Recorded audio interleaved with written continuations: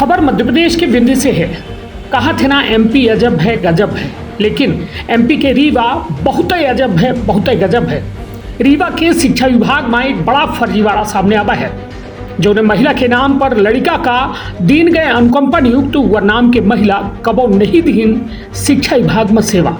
वही नियुक्ति पावे वाला व्यक्ति उक्त महिला की लड़का न हो तो विंध्य क्षेत्र के ये पहल बघेली न्यूज चैनल में हम कनिष्ठ तिवारी अपना पंचन का सभी जनन का प्रणाम करी थे और शुरुआत करी थी पूरी खबर के, जहां प्रवचक बता रही रीवा के शिक्षा विभाग में एक ऐसा फर्जीवाड़ा सामने आवा है जेका सुन के शायद अपना हैरान हो जा।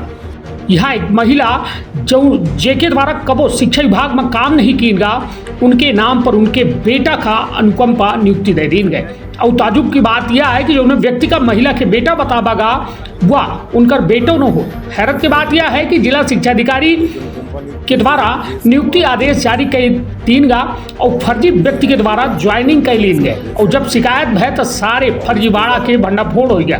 कथित तौर पर यह अनुकंपा नियुक्ति में जिला शिक्षा अधिकारी एवं अनुकंपा नियुक्ति प्रभारी राम प्रसन्न द्विवेदी के भूमिका संदिग्ध है।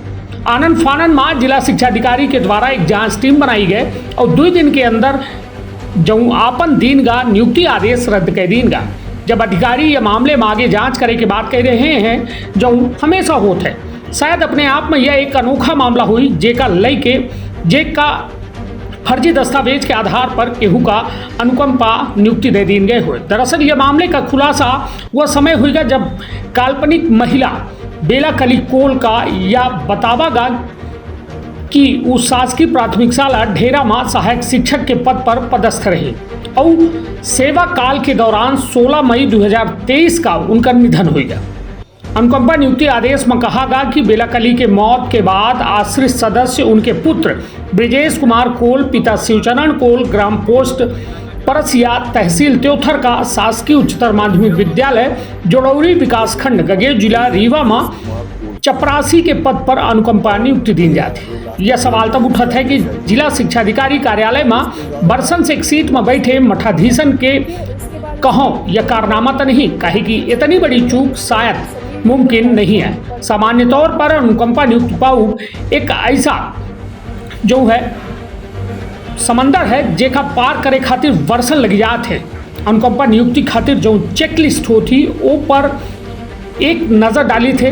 21 बिंदु पर आधारित चेकलिस्ट में वह हर एक चीज़ मांगी जाती जो सामान्य तौर पर नहीं बनाई जा सके, जेमा कुछ बिंदु जैसा मृत्यु प्रमाण पत्र, मूल निवासी प्रमाण पत्र, जाति प्रमाण पत्र, सजरा, खानदानी समस्त आश्रित परिवारन के शपथ पत्र, आवेदनकर्ता के कैरेक्टर सर्टिफिकेट, मृतक शासकीय सेवक की यूनिक आईडी, मृतक के शासकीय सेवा में स्थायी पद पर होने वाले प्रमाण पत्र और यह तरह के समस्त प्रमाण प्राचार्य द्वारा प्रमाणित हो अनिवार्य है। इन बिंदु पर नजर डाली तो पता चला था कि यह समंदर का गलत तरीके से पार करब मुमकिन नहीं हो सके। तो फिर इतना बड़ा घोटाला कैसा होगा, के द्वारा या घोटाला का अंजाम दे बाबागा और ये में को शामिल है, ये तरह के कई एक सवाल है जो उन्हें पर पर्दा डालने के प्रयास किया जा रहा है। हालांकि पर्दा उठ चुका है, वो मामला लोगन के सामने है, लेकिन जांच के नाम के ब्रह्मास्त्र कब छूटत है और के ऊपर लागत है यह ताबे वाला वक्त बताई। हालांकि ये पूरे मसला में कलेक्टर प्रतिभा पाल के द्वारा बड़ा बयान जारी किया गया है। उनके द्वारा साफ तौर में कहा गया है कि यह एक अक्षम्य अपराध है। फर्जी दस्तावेजन से प्राप्त यह नौकरी का तत्काल रूप से समाप्त कर दिया गया है और साथ में उक्त व्यक्ति जो या कूट रचित दस्तावेज जो जारी करके विभाग का गुमराह करिस ओके खिलाफ FIR दर्ज हुई। लेकिन सबसे बड़ा सवाल कि तमाम विभागीय मठाधीश इन पर कार्यवाही कैसा तय करी, कलेक्टर मैडम एक बड़ा सवाल है। तो सुनी पूरा बयान अपने अपने परिवार के रखा बहुत ख्याल। धन्यवाद, प्रणाम। उसकी माँ वहाँ काम करती, लेकिन उस महिला का ग्राम पंचायत पता ही नहीं है, वो कभी शिक्षा विभाग में क्या मामला है। एक अनुकंपा नियुक्त हुई है ब्रिजेश कुमार कोल की और ये अभी लास्ट अप्रैल में ही इसके आदेश जारी हुए हैं और इसके द्वारा जो प्रस्तुत अभिलेख हैं वो अभिलेख एकदम सत्य प्रतीत हो रहे थे और उन अभिलेखों में जो डॉक्यूमेंट्स लगे हैं वो सब फर्जी हैं, परंतु इतने अच्छे तरीके से उसको बनाया गया था कि प्रथम दृष्टया वो एकदम सही प्रतीत हुए। अनुकंपा नियुक्ति चूंकि सहानुभूतिपूर्वक दी जाती है तो उसकी नियुक्ति के आदेश हो गए, परंतु नियुक्ति के उपरांत जब उसके बाकी कार्रवाई करनी हो थी, उसके भुगतान हो जाए, तो ये संज्ञान में आया कि कुछ ये गड़बड़ है। तो प्रथम दृष्टया उसकी सूक्ष्म जब जांच की गई तो वो पूरे फर्जी लगे और इसके लिए एक समिति बनाई गई है। समिति में रिपोर्ट नहीं दी है, पर उसके आदेश को तत्काल निरस्त कर दिया गया है। सर, ये जो महिला जिसका सेवा बताई जा रही थी उसकी कुछ डॉक्यूमेंट्स भी आपके विभाग में रहे होंगे, क्या ये सब जांच करने की जरूरत नहीं थी? अब वो जांच करके तो ही हमारे पास आया, तो जिन्होंने जांच किया, जांच उन्होंने पता ही की, तो जांच के हुई प्रांत हमारे पास आया। अब जैसा हमने कहा ना कि ये अनुकंपा नियुक्त सहानुभूत होती है, तो आदमी लगता है कि ये अपने इन लोगों के बीच के हैं, अगर हो गए तो इनको दिया जाए, तो उस तरह से कार्रवाई की। पर वो अच्छा ये हुआ कि जब उसके भुगतान कार्रवाई है तो दोबारा संज्ञान में बात आई, तभी जांच हुई, तभी पकड़ में आया, तो इसलिए उसको निरस्त कर दिया गया। दस्तावेज प्रमाणित नियुक्ति कर दिया, ये कैसे कब कार्रवाई होगी, कितनी दोषी पाए गए? अब वो जांच समिति की रिपोर्ट आ जाएगी, उसके बाद कलेक्टर मैडम के संज्ञान में बातें हैं। सर, अनुकंपा नियुक्ति उसको दी जाती है जो आपके विभाग में कोई परस्त हो, खत्म हो जाए उसके बाद। ये महिला तो काम ही नहीं कर रही थी आपके विभाग में, तो तभी तो निरस्त कर दिया गया, तभी तो निरस्त कर दिया गया। कैसे, किस बेस पे ली गई, काम नहीं करती?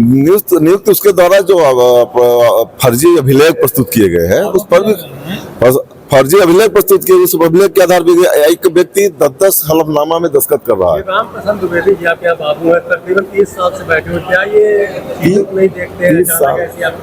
30 साल से ये रामप्रसाद द्विवेदी जी है जो ये सब देखते हैं।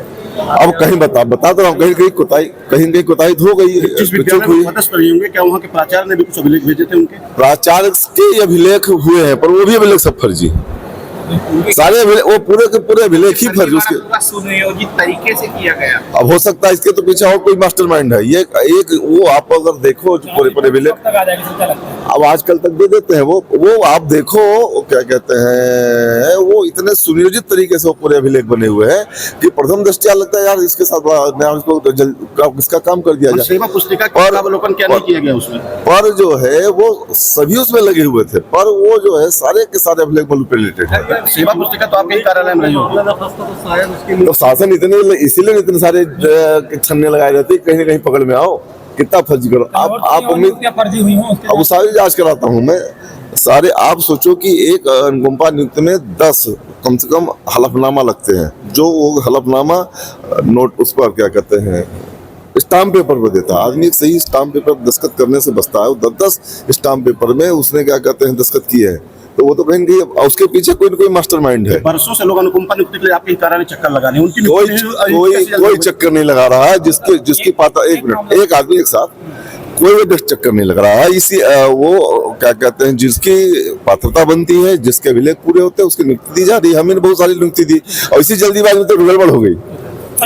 व्यक्ति को अनुकंपा नियुक्ति दी गई, ये बताया गया कि उसकी मां वहां नौकरी करती थी, लेकिन वो कभी वहां नौकरी की ही नहीं। एक अनुकंपा नियुक्ति का ऐसा प्रकरण शिक्षा विभाग का संज्ञान में आया है। अनुकंपा नियुक्ति जो है वो गलत दस्तावेज जो आवेदक थे उनके द्वारा लगाए गए थे। सभी दस्तावेज ऐसे हलफनामे के साथ में दिए गए जो सत्य प्रतीत हो रहे थे, इसीलिए उसमें अनुकंपा नियुक्ति उस प्रकरण में की गई। लेकिन जब बाद में ये तथ्य संज्ञान में आया कि ऐसा कोई कर्मचारी जो है वो नहीं पाया गया और उनकी मृत्यु और अन्य जो दस्तावेज थे वो भी फिर प्रश्न उन पर भी उठाए, और इसी कारण से इसमें प्रथम दृष्टया जो जांच की गई और जांच में ये पाया गया कि वो जो अनुकंपा नियुक्ति है वो गलत तथ्यों पर, गलत दस्तावेजों पर प्राप्त की गई है, इसीलिए उसको निरस्त किया जा रहा है। साथ ही जिस व्यक्ति ने गलत दस्तावेज लगाए और जो आवेदक थे उनके विरुद्ध FIR की कार्रवाई भी की जा रही है।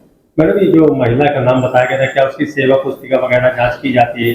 कोई नियुक्ति देने? ये प्रकरण में जो है प्रथम दृष्टया जो जांच पाई गई थी, तो उसमें सबसे पहले ये काम किया गया कि उनकी अनुकंपा नियुक्ति को समाप्त किया जाए, क्योंकि उन्होंने गलत दस्तावेजों पर ली है। फिर इसके बाद इसमें एक डिटेल्ड जांच संस्थित की गई है, जिसमें इन सभी जो फैक्ट्स हैं उन पर जांच की जाएगी और तब ये बिंदुओं का पता लगेगा। का अपना संतान के सुख से वंचित है? अब बहनें संपर्क करी विंध्य क्षेत्र के विख्यात पहिल टेस्ट ट्यूब बेबी सेंटर से।